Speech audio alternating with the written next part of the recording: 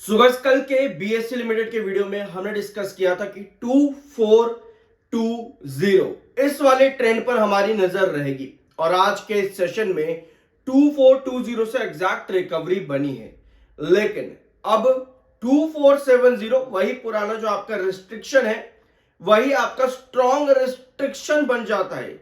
Chart पर क्या changes आए हैं अब उसको यहां पर समझेंगे। अगर आपने चार्ट पर पहली बार विजिट किया है सब्सक्राइब जरूर कर देना, cause we are NISM 7 certified. एक छोटा सा क्लिप लेते हैं कल के वीडियो का जो हमने कल डिस्कस करा था, उसके बाद में आएंगे आज की पोजीशन क्या देखने को मिल रही है।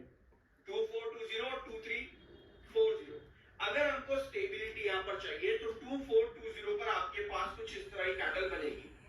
अगर आपको स्टेबिलिटी चाहिए तो 2420 पे कुछ इस तरह की कैंडल बनेगी, फिर वापस से जंप कर जाएगा आपका यहां पर बीएससी लिमिटेड वापस से 2470 की तरफ। ठीक है, तो कल के वीडियो में हमने डिस्कस किया था कि अगर आपको 2420 से रिकवरी चाहिए तो इस तरह की कैंडल आपको आज देखने को मिलेगी। ये चीज हमने कल डिस्कस करी थी और आज के सेशन में सिमिलर कैंडल आपको इसी तरह की देखने को मिल रही है 2420 पर, और 2470 पर आप वापस जंप कर सकते हो, ये पॉसिबिलिटी है। और 2470 बन जाता है आपका क्रूशियल रिस्ट्रिक्शन पॉइंट। पहले आपका क्रूशियल रिस्ट्रिक्शन था 2520 का, जो कि अब है 2470। ऑल्दो 2470 2520 दोनों ही आपके फ्रीक्वेंट रिस्ट्रिक्शन है। अगर आप 3 महीनों से चार्ट पर होना है, ये सब चीजें आपको समझ में आ रही होंगी। लेकिन अगर आपने पहली बार विजिट किया है, मेरी छोटी सी आपसे रिक्वेस्ट यही है कि थोड़ा सा टाइम दो चैनल पर। पहली बार अगर आप आए हो, चीजें आपको समझ में आएंगी, तरीके से यहां पर काम होता है, because we are NISM 7 certified. ठीक है, सो सेबी ने कुछ चेंजेस यहां पर किए हैं मार्केट में, जैसे म्यूचुअल फंड में चेंजेस किए हैं, जिसपे म्यूचुअल फंड की जो फी होती है उसके ऊपर प्रपोजल रखा गया है। इस प्रपोजल में इन्वेस्टर्स यानी कि रिटेल इन्वेस्टर्स को बेनिफिट होंगे। बेनिफिट कैसे? रिड्यूस करी गई है एक्सपेंसेस, जो म्यूचुअल फंड एक्सपेंसेस होते हैं उनको रिड्यूस किया गया है। किस लिए? ताकि इन्वेस्टर्स को अच्छा रिटर्न मिल सके और ट्रांसपेरेंसी बनी रहे म्यूचुअल फंड के अंदर। इसके साथ में ट्रांजैक्शन कॉस्ट जो लगती है रिटेल इन्वेस्टर की, ट्रेड करते समय यहां पर इन्वेस्ट करते समय जो ट्रांजैक्शन कॉस्ट होती है उसको भी कम किया गया है, जिसकी वजह से परफॉर्मेंस लिंक फी जो होती है उसको भी इन्वेस्टर्स को, स्पेशली रिटेल इन्वेस्टर्स को जो है लॉन्ग टर्म में उसका फायदा देखने को मिलेगा। तो सेबी का ये नया चेंज आया है यहां पर म्यूचुअल फंड्स के लिए। अगर आप म्यूचुअल फंड इन्वेस्टर हो तो आपके लिए यहां पर कुछ बेनिफिट्स निकल सकते हैं। ओवरऑल आपके जो क्या कहते हैं ट्रांजैक्शन फीस होती है वहां पर आपको कट देखने को मिलेगा। या पर आप लॉन्ग टर्म में काम करते हो तो लॉन्ग टर्म कैपिटल गेन जो आपको उसमें आता है म्यूचुअल फंड में, वो भी आपके जो ट्रांजैक्शन चार्जेस बाद में लगते हैं वो भी कम होते देखने को मिलेंगे। रिटेल इन्वेस्टर के लिए बेनिफिट यहां पर निकाले हैं सेबी ने।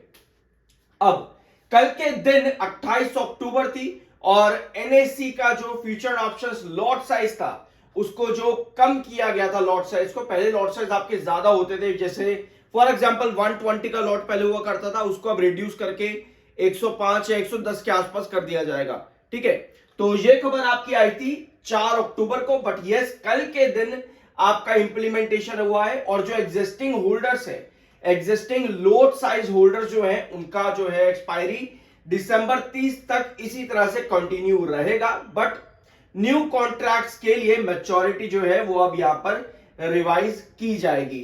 स्मॉल लॉट साइजेज यहां पर कर दिए जाएंगे। कल 28 अक्टूबर थी तो ये अब आपको देखने को मिल चुका है अपडेट। ठीक है, तो ये खबर भी इंपॉर्टेंट हो जाती है। ये खबर पहले भी मैंने आप लोगों के साथ डिस्कस करी है, 4 अक्टूबर को ये खबर आई थी, बट 28 अक्टूबर कल के दिन था तो इसलिए अब ये खबर इंपॉर्टेंट वापस से हो जाती है। तो दो खबरें यहां पर आई हैं, एक NSE लॉट साइज और दूसरा SEBI new mutual fund policy जो भी है। 11 नवंबर कंपनी अपने Q2 के रिजल्ट्स अनाउंस करेगी। प्री एनालिसिस ऑलरेडी चैनल पर अवेलेबल है, जरूर चेकआउट कर लेना। CDSL का भी प्री एनालिसिस आपको मिल जाएगा। अगर एंजल वन ने दे दिए शायद से Q2 के रिजल्ट्स तो वो तो चैनल पर अवेलेबल है ही। MFI 77 का जो कि बेरिश है, 56 का RSI है, टेक्निकल न्यूट्रल प्लस बेरिश है। कल आपके टेक्निकल कहां थे? 80s के ऊपर थे ना, तो भैया 2520 से गिर करके 2420 पर आप आए हो। 100 रुपए की करेक्शन में आपका MFI 77 पर आ गया।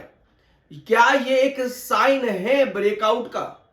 क्योंकि यार इतने जल्दी टेक्निकल का कूल डाउन होना ये एक बहुत पॉजिटिव सिग्नल बनता है।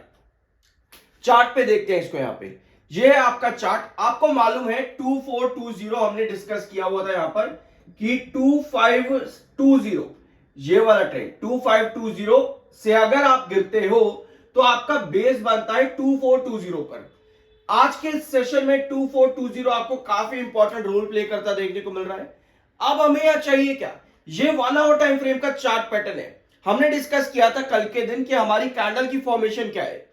अभी आपने देखा ना चैनल पर, अगर आप इतना दूर तक आ गए हो वीडियो में तो सब्सक्राइब करते हुए शर्माना बिल्कुल भी मत। अब ये कैंडल हमने कल के दिन डिस्कस करी थी कि आपकी इस तरह कैंडल 2420 पर आएगी, लेकिन अब पॉसिबिलिटी आपकी क्या बन रही है। आज तो कैंडल आपकी क्रिएट हो चुकी है, अब आपको क्या चाहिए, एक बार डेली टाइम फ्रेम पर देखो। ये है आपकी आज के दिन की पोजीशन 2420 पर। सिमिलर कैंडल जो कल डिस्कस करी थी बिल्कुल एग्जैक्ट वही है।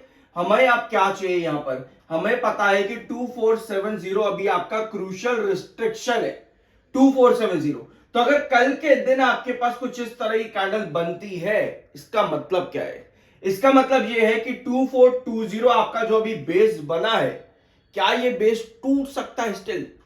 कभी भी हमें मार्केट में अपनी पोजीशन स्ट्रांग करनी है।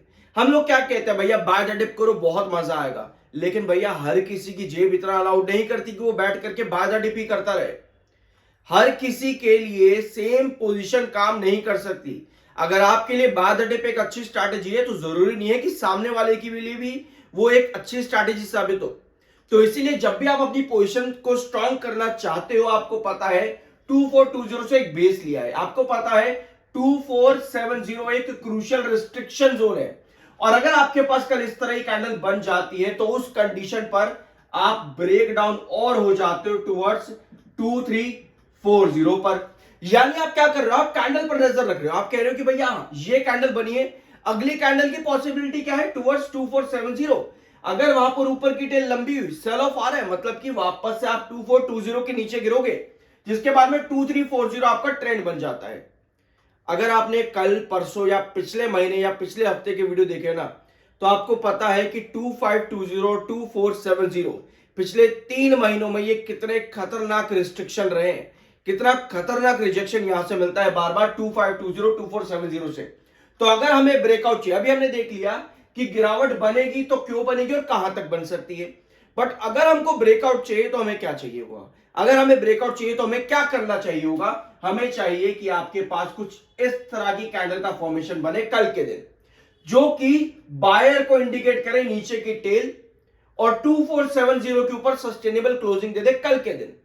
अगर इस तरह की पोजीशन बनती है तो आप वापस जाओगे 2520 पर। लेकिन अगर ऐसा नहीं होता, आपकी पूरा पहली वाली कैंडल जो अभी हमने डिस्कस करी वो बनती है, तो आप आ जाते हो 2340 पर। आई गेस इतना क्लियर है एज एन व्यूअर। अगर आपको चीजें पसंद आती हैं सब्सक्राइब करा करो, अच्छा लगता है इस चीज के पैसे नहीं मिलेंगे। NISM 7 सर्टिफाइड, आप बिल्कुल सही जगह पर आए हो। सब्सक्राइब के बिना मत जाना, बाय सर की कोई रिकमेंडेशन नहीं है, वो आपकी मर्जी और ओपिनियन होना चाहिए। मिलता अगले वीडियो में।